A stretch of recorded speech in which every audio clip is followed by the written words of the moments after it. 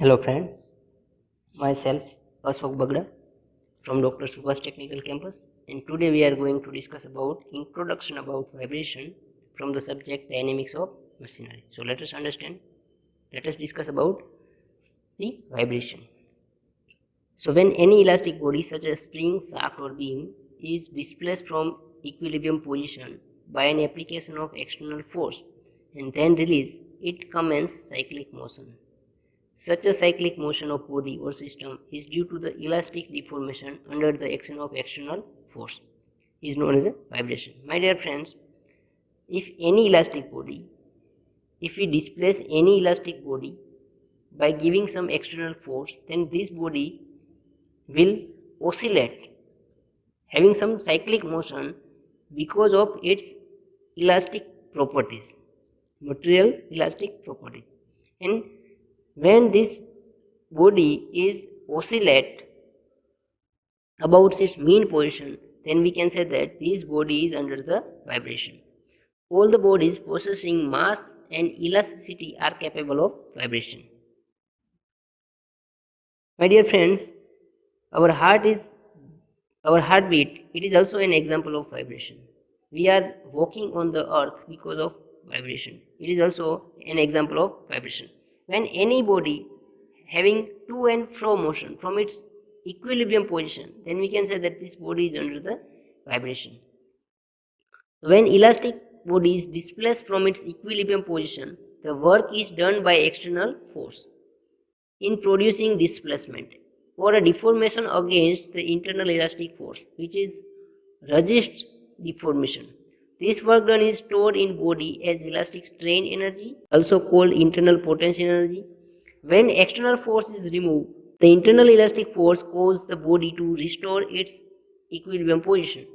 At the instant body reaches its equilibrium position, the complete elastic strain energy is converted into kinetic energy.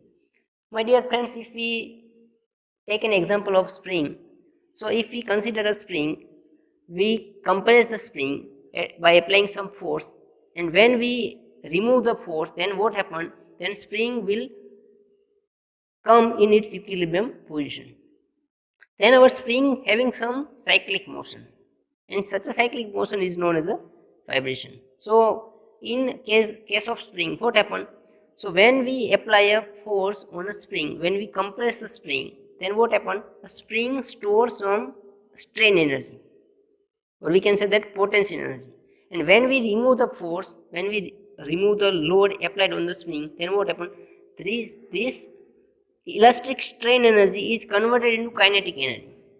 So energy is converted into strain energy to the kinetic energy, and this because of the elastic strain energy, vibration happens. So if we consider this is a simple spring having stiffness K and mass is there. So by applying external force, we pull in. If we pull the spring, then what happens? The spring, the mass m will move in downward direction. That means the mass m will displace from its. That means mass m is displaced from its equilibrium position, and because of that, some strain energy is stored in a spring. When we remove the force, then what happens? The spring will come in its equilibrium position, and spring will move in this direction. So this is nothing but it is a vibration. At equilibrium position, a body possesses maximum kinetic energy. The motion of body continue until the complete kinetic energy is absorbed in doing the work against the internal elastic forces, and the kinetic energy is again converted into elastic strain energy. Thus, as the body reaches extreme position, it possesses maximum elastic strain energy, and hence the body again begin to return its equilibrium position and oscillation of vibration repeatedly infinitely. Let us see some causes of vibration. So why vibration happens in a machinery? So unbalanced forces and couples in machine. If machine parts are unbalanced, we can say that if machine is unbalanced, having some unbalanced forces, then there is a possibility of vibration. External excitation forces applied on the system. Sometimes dry friction is also causes of vibration. Wind may cause vibration in certain systems such as the telephone lines, electric electricity lines, etc. In a electricity pole, some vibration is occur because of wind. Earthquake, it is also responsible for vibration of severe structure like building, dams, etc. Disadvantages of vibration. My dear friends, we know that because of vibration, excessive stresses in machine may be developed. Because of vibration, loosening of parts in assembly. Our assembly, our parts in assembly may be become loose. It may lead to partial or complete failure of machine parts. Sometimes, if a vibration amplitude of vibration is very large, then it is a possibility to fail our machine part. It creates undesirable noise. If there is a vibration in machine, we have already experienced this phenomena. So when if our bike in our bike will make more noises, then we can say that in a bike there is a vibration is more. So let us see some advantages of vibrations. So all musical instruments works on the phenomena of vibrations. Another advantage is vibrating screen, shaker, conveyors works on the principle of vibration. We can say that some stress relieving equipments are also because of vibrations, and we can say that some construction machinery are also because of some vibration. Now, how we can reduce the vibration? The methods of reducing the effect of undesirable vibration. So how we can reduce the effect of vibration? So first one, by removing unbalanced forces and couple in machine parts, which can be first method, by removing unbalanced forces and couple in the machine parts, which can be cause a vibration. By placing, so we know that unbalanced machine are having always some vibration, always some uneven noise. So if we balance by putting a balancing mass, so by removing unbalanced forces and couple, we can also make a balance a machine, and there is a minimum effect of vibration. By placing machinery on proper types of vibration isolator, so if we use a machine isolator, then we can say that we can reduce the effect of vibration. By putting soundproof screen or glass, if noise is created due to the vibration, if noise is created, then we can use a soundproof screen or a glass. By using shock absorber, we know that in a automobile we use absorber to reduce the effect of vibration.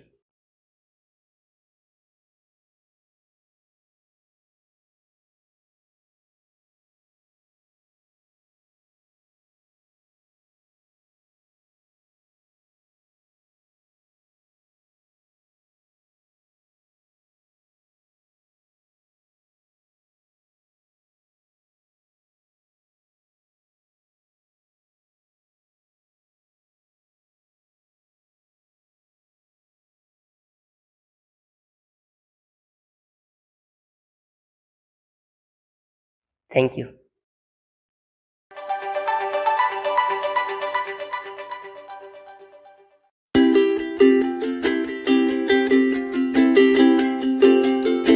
Hello friends, myself Ashok Bagla from Dr. Subhash Technical Campus, and today we are going to discuss about basic terminology of vibration from the subject dynamics of machinery. So my dear friends, we know that what is a vibration. So when any elastic body is displaced from its equilibrium position, then the elastic body having to and fro motion, that means elastic body having cyclic motion from its mean position, then we can say that the body is under the action of vibration, and the frequency of this vibration is known as a natural frequency. So first terminology is a simple harmonic motion. So if we consider a point P moving around the circle with angular speed omega, so if we consider point P moving around the circle at a angular velocity omega, then this point P will complete a one cycle when it rotates through a 2 pi radian. That means let us consider point P as at an angle theta degree from the center with the origin in clockwise direction. So in this case, so displacement, so x is a total displacement, x is a maximum height of the point. Okay, so theta is become omega into t, and so omega is angular speed into time. So we can calculate theta. So let us consider x is a displacement of point from its mean position after t time. X is a displacement. This is x, small x. So small x is a displacement of point P from its mean position after t time. So omega into t, we can calculate the theta. Capital X is the maximum displacement of point from its mean position. Capital X is the maximum displacement from its mean position. So displacement of point after t time. So we can say that small x, from the figure we can say that small x is equal to capital X into sine theta. So this side is capital X into sine theta. So again we rewrite small x is equal to capital X. So here theta is equal to omega t. So we replace omega t. So we want to determine acceleration. So we make a derivation of this equation. So if we derivate this equation 2 times, then x dot is equal to capital X into cos omega t into omega. And again if we derivate, then what happen? So x double dot, that means d square x by dt square is equal to x double dot is equal to minus omega square capital X into sine omega t. Now if we put the value x into sine omega t, so it is nothing but it is small x. So x double dot is equal to minus omega square x. So in a general way, x double dot is equal to omega square into x is equal to 0. So this is the equation of simple harmonic motion. Now in a simple harmonic motion, acceleration is directly proportional to the displacement. Acceleration is directly proportional to the displacement from mean position and towards the mean position. So if any body having such kind of motion in which acceleration is directly proportional to the displacement from mean position and towards the mean position, then we can say that a body is moving with simple harmonic motion. So in a simple harmonic motion, acceleration is directly proportional to the displacement from its mean position and towards the mean position. So omega is a natural angular speed. Second one is a time period. So from this figure, we know that the point P will complete a one cycle. So it is a time required to complete a one cycle. So here we can say that capital X is a maximum displacement. Okay, so this is the one cycle. So when time period is a time taken by a motion to repeat itself, or another way we can say that it is a time required to complete one cycle. So time period is always represented in seconds. So we can rewrite Tp is equal to 2 pi upon its angular speed. Then frequency. The number of cycle per unit time is known as a frequency. It is denoted as a small f and expressed in a cycle per second or hertz. So f is equal to 1 upon 2 pi is equal to 1 upon 2 pi upon omega. So frequency is equal to 2 pi upon omega upon 2 pi in hertz. So we can say that frequency means it is a number of cycle per unit time. Amplitude. It is a maximum displacement of vibrating body from its mean position, and it is denoted as capital X. So here the point P having maximum deflection, this is a maximum deflection, this is also maximum deflection or a displacement. So maximum displacement from its mean position is known as a amplitude. Stiffness. So it is a force required to produce a unit displacement in the direction of applied force. Suppose if we consider a spring having 10 centimeter length, okay, a spring having 10 centimeter length, that means 100 mm.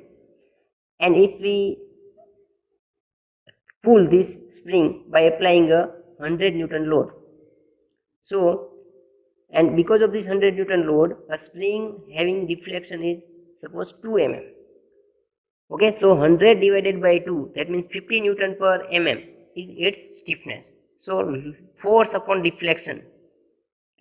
So stiffness of spring, it is a force required to produce a unit displacement in the direction of applied force. Mathematically, capital K is equal to force divided by delta. Here K is stiffness of spring in Newton per meter F is a force applied on the spring in Newton, and delta is a deflection of spring in meter. Next one is a degree of freedom. The minimum number of independent coordinates required to specify the motion or a configuration of system at any instant is known as a degree of freedom. Damping. So damping is a resistance to the motion of vibrating body, which causes the vibrating body to come to the rest or equilibrium condition. So whenever we have considered a simple pendulum, if we displace simple pendulum from its initial condition, then our simple pendulum will oscillate through its mean position. But after some period of time, it will come in a resting condition. It will come in equilibrium condition. So this is because of the air is present, pivoted friction is there. So air and pivoted friction will act as a damper. So damping is the resistance to the motion of vibrating body, which causes a vibrating body to come to the rest or equilibrium condition. Damping coefficient.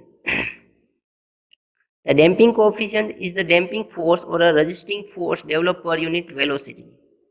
So damping coefficient, mathematically represented by small v, is equal to capital F by V. So force, damping force per unit velocity is known as a damping coefficient. So the unit is Newton divided by meter per second. So Newton into second per meter is a unit. Resonance. So when the frequency of external excitation force acting on the body is equal to the natural frequency of vibrating body, then the body starts vibrating with excessive large amplitude, and such a state is known as a resonance. So in a simple way, we can say that when the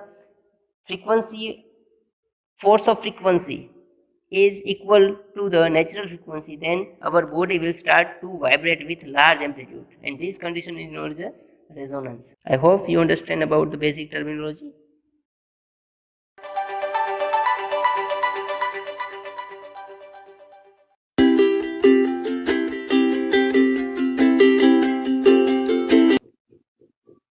Hello friends, myself Ashok Bagda from Dr. Subhash Technical Campus, and today we are going to discuss about classifications of vibration. So let us start, my dear friends. First of all, we see that let us understand about vibration. So in a simple way, we can say that vibration. So vibration, when any elastic body such as a spring, shaft or a beam is displaced from the equilibrium position by means of external forces, and when we release these external forces, then it commences cyclic motion. Such a cyclic motion of a body or a system is due to the elastic deformation under the application of external forces, and it is known as a vibration. That means when any body is having motion, having to and fro motion from its mean position, then we can say that body is under the vibration. Now there are many reasons, there are many causes of vibration. We can say that the unbalanced forces, unbalanced couple, friction, winds, earthquake, these are the causes of vibration. Because of that, vibration is created. If we see the disadvantage of vibration, then there are major disadvantages are undesirable noise in machines, loosening of assembly, excessive stresses are developed in machine component, and sometimes the fatigue failure, it is also responsible. Fatigue failure is the major disadvantage of vibrations. Now if we focus on advantages, then we know that the musical instruments are because of the vibrations. Some conveyors, some vibrating, some civil engineering machines, some stress relieving equipments are the gift of vibrations. Because of vibration, these instruments, these machineries are we can use. Now let us come our topic, classifications of vibration. So here you can see that the vibrations are classified in a 5 ways. So first way is according to the actuating force. So we classify the vibration according to the actuating force. Second one is according to the external resistance. Third one is according to the motion of system with respect to the axis. Fourth one is according to the behavior of vibrating system. And fifth one is according to the magnitude of actuating force at a given time. Okay. Now, so this is a complete classification of vibration. According to the actuating force, there are two types of vibration: free vibration and force vibration. According to the resistance, we can say that there are two types of vibration: undamped vibration and damped vibration. According to the motion of system with respect to the axis, we can say that there are three types of vibration: longitudinal vibration, transverse vibration, and torsional vibration. According to the behavior of vibrating system, there are two types of vibration: linear vibration and non-linear vibration. And last one, according to the magnitude of actuating force at any given time, is deterministic vibration and random vibration. So let us discuss one by one. We start from the first. We classify the vibration according to the actuating force. According to the actuating force. That means if a force is acting on a body, either force is acting or not. So first one is a free or natural vibration. So let us understand, when no external force act on a body after giving an initial displacement, then body is said to be under free or a natural vibration. So we can say that when there is no forces is acting on the system, then a vibration of body is known as a free vibration or a natural vibration. So if we consider simple pendulum, my dear friends, if we consider simple pendulum, so pendulum, if we displace the pendulum from its mean position, and if we neglect the effect of friction and air resistance, then our pendulum having a motion, to and fro motion, and such kind of motion is, and because of such kind of motion, there are some vibration in simple pendulum. So this vibration is known as a free vibration, and the frequency of such kind of vibration is known as a natural frequency. Now let us discuss about second types of vibration, is a force vibration. So when the body vibrates under the influence of external force, then the body is said to be a under force vibration. The external force applied to the body is a periodic disturbing force created by unbalance. The vibrations have the same frequency as the applied force. So when continuous force is applied on the vibrating system, then a body or a system is under the force vibration. So if we consider pendulum of clock, so pendulum of clock, or we consider the component of IC engine, piston, okay. So the piston is vibrating continuous under the application of force. Such kind of vibration is known as a force vibration. We know that the pendulum of clock, so continuous force is applied to the pendulum of clock. Now second way, we can say that vibrations are classified according to the external resistance. Vibrations are classified according to the external resistance. So there are two types of vibration: damped vibration and second is undamped vibration. So when energy of vibrating system is gradually dissipated by the friction and other resistance, then vibration are said to be a damped vibration. Suppose if we consider a simple pendulum, we displace the bob of the pendulum from its mean position, then our bob will oscillate about the pivot. And after some period of time, after 1 hour or after 30 minutes or 1 hour, our pendulum will come in a equilibrium condition because of the air resistance and friction at the pivot. So such kind of vibration, if we consider a simple pendulum with friction and air resistance, then we can say that it is a damped vibration. So here vehicle suspension, we know that in a vehicle there are suspension.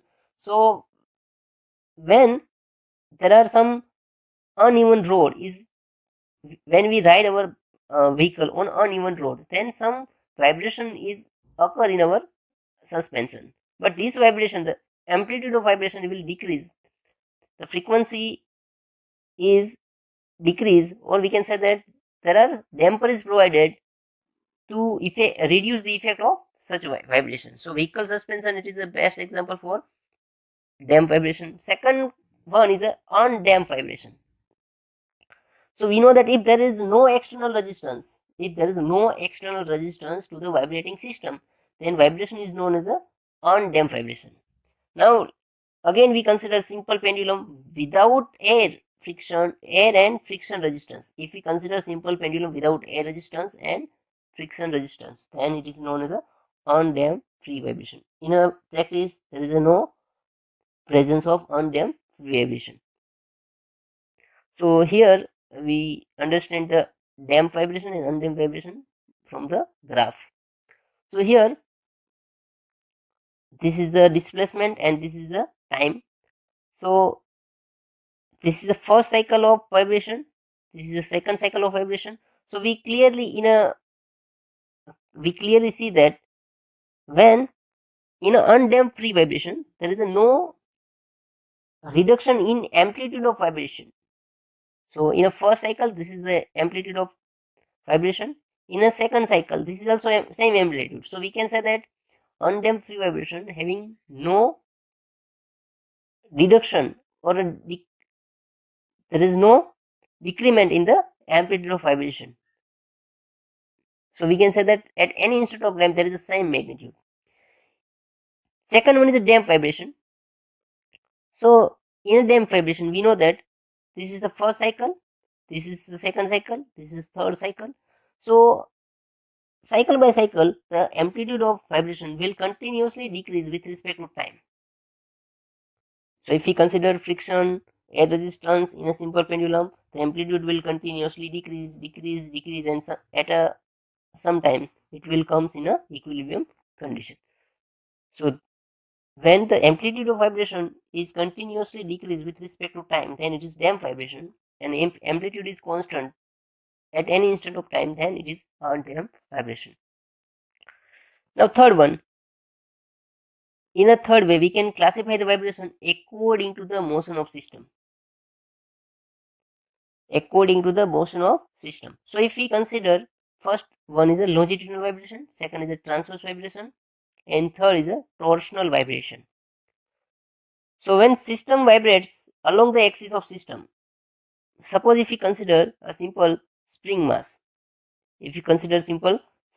system, and if we displace the mass from its mean position, then the mass will continuously move in upward and downward direction. Then the system vibrates along its axis, then it's called longitudinal vibration. Second one is a transverse vibration. System vibrates perpendicular to the axis of system. Suppose if we consider cantilever beam, and if the cantilever beam is vibrating in a transverse direction to the axis of beam, that's why it is known as a transverse vibration. And third one is a torsional vibration. So when system vibrates in a circular direction about its axis, then it is known as a torsional vibration. Twisting and untwisting of shaft, it is an example of torsional vibration. Let us understand the longitudinal, transverse and torsional vibration by using this figure. So if we consider the disc is attached at the end of shaft, so one end of this shaft is fixed and another end there is one disc is attached. If we neglect the mass of the shaft, and if suppose we consider the shaft is a elastic body, if we displace the disc from its mean position, then our disc will continuously vibrate, continuously move, having to and fro motion in this direction. So this is then examples, because here disc vibrates along the axis. So that's why it is known as a longitudinal vibration. Now if we consider the same disc, same shaft, if our disc is vibrating in this direction, then the vibration is known as transverse vibration, because here vibration occurs perpendicular to the axis of system. In same way, if a disc rotates about its axis, if disc oscillates in this way, then it is known as a torsional vibration. Now let us discuss a fourth category of vibration. So we classify the vibration according to the behavior of system. So first one is a linear vibration.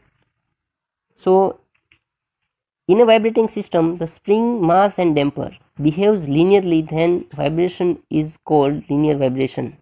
So we know that a spring, if we consider spring, mass system with a damper, if a spring, mass and damper all are behaves linearly, then we can say that the vibration is known as a linear vibration.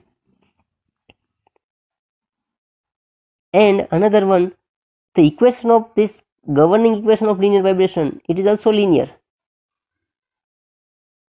Second one is a non-linear vibration. In a vibrating system, spring, mass and damper behaves non-linearly, then vibration is known as a non-linear vibration. The spring mass system vibrates in a transverse direction. If we consider a spring mass system vibration longitudinal vibration, then it is a linear vibration. If we consider transverse vibration, then it is a non-linear vibration. And governing equation is a non-linear. So last classification is according to the magnitude of actuating force. So first one is a deterministic vibration and second is a random vibration. If the magnitude of external excitation force acting on the vibrating system is known at any instant of time, then excitation is known as a deterministic and resulting vibration is known as a deterministic vibration. Let us understand by this example vibration due to the rotating unbalanced masses. So if we know the magnitude of force, if we know the magnitude of force because of that vibration is occur, then we can say that vibration is known as a deterministic vibration. So if we consider rotating unbalance, vibration due to the rotating unbalanced masses, so we know that unbalanced forces because of rotating masses. So we know the magnitude of unbalanced forces, and because of the known magnitude of unbalanced forces, there are some vibration, and vibration is known as a deterministic vibration. Now let us understand random vibration. So if the magnitude of external excitation force acting on the vibrating system is unknown at any instant of time, then excitation is known as a non-deterministic and resulting vibration is known as a random vibration. So if we consider the magnitude of external excitation force is unknown, for example, if there is an earthquake and because of the earthquake the building vibrates, the magnitude of forces is unknown at any instant of time, then the vibration of building is known as a random vibration. Okay, so vibration because of earthquake, vibration because of wind is known as a random vibration. Let us understand. So in a deterministic vibration, the magnitude of amplitude of vibration is known at any instant, but in a random vibration, the amplitude of vibration we cannot determine the amplitude of vibration at any instant. So amplitude is not a constant. Okay, it is not a constant at any instant of time in a random vibration. So thank you my dear friends.